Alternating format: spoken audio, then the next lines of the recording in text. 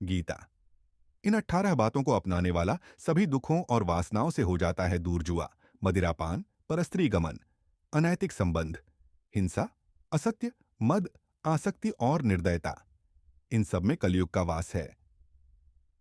भगवत गीता में भगवान श्री कृष्ण ने न केवल ज्ञान की बातें बताई हैं, बल्कि जीवन जीने की कलाओं के बारे में भी बताया है। भगवान श्री कृष्ण ने अर्जुन को जो गीता का उपदेश दिया है, वह हर मनुष्य के लिए प्रेरणा स्रोत साबित हो सकता है।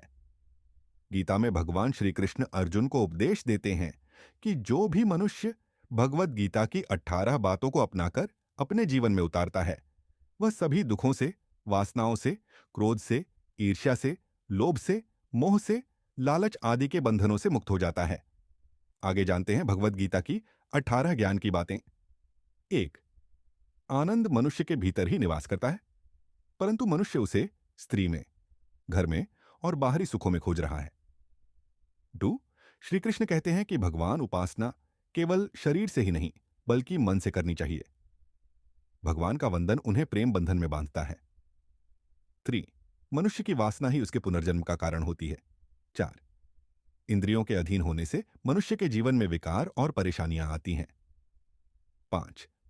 संयम यानी धैर्य, सदाचार, स्नेह और सेवा जैसे गुण सत्संग के बिना नहीं आते हैं। छठे, श्री कृष्ण कहते हैं कीरतिन है कि मनुष्य को वस्त्र बदलने की आवश्यकता नहीं है, आवश्यकता हृदय परिवर्तन की है। 7वें, जवानी में जिसने ज्यादा पाप किए हैं उसे बुढ़ापे में नींद नहीं आती। 8वें, भगवान ने जिसे संपत्ति दी है उसे गाय अवश्य रखनी चाहिए।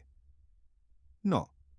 जुआ, मदिरापान, परस्त्री गमन, अनैतिक संबंध, हिंसा, असत्य, मद, आसक्ति और निर्दयता, इन सब में कलयुग का वास है।